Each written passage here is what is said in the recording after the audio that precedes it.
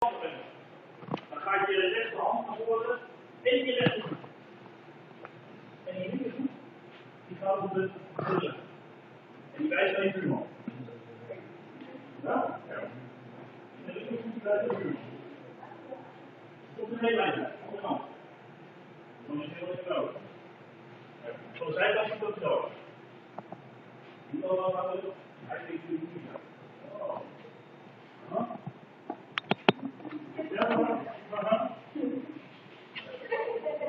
Even goed ophouden. Als je naar sporen gaat, dan je die schoorsteen.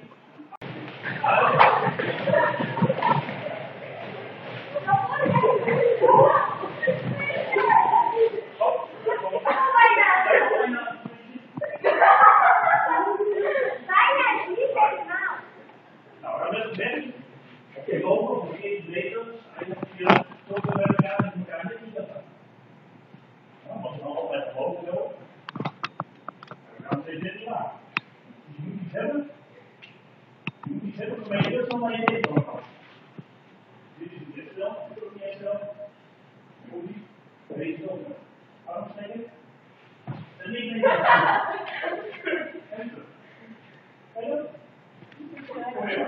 Arm steken. Je kunt het best snel voor de eerste keer, maar je moet zelf. Je weet.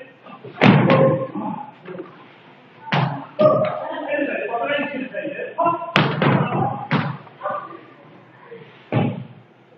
Nee? Nee?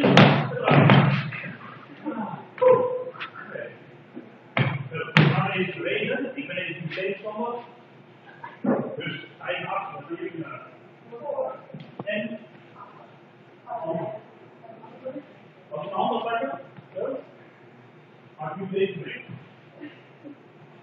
Zo. Dus gaan we even proberen, kijken of je het hebt.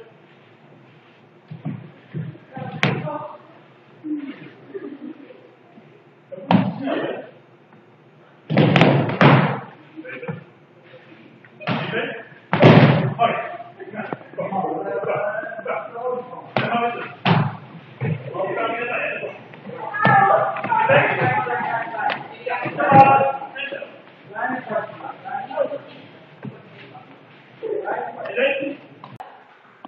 Zijn jullie klaar? Ja!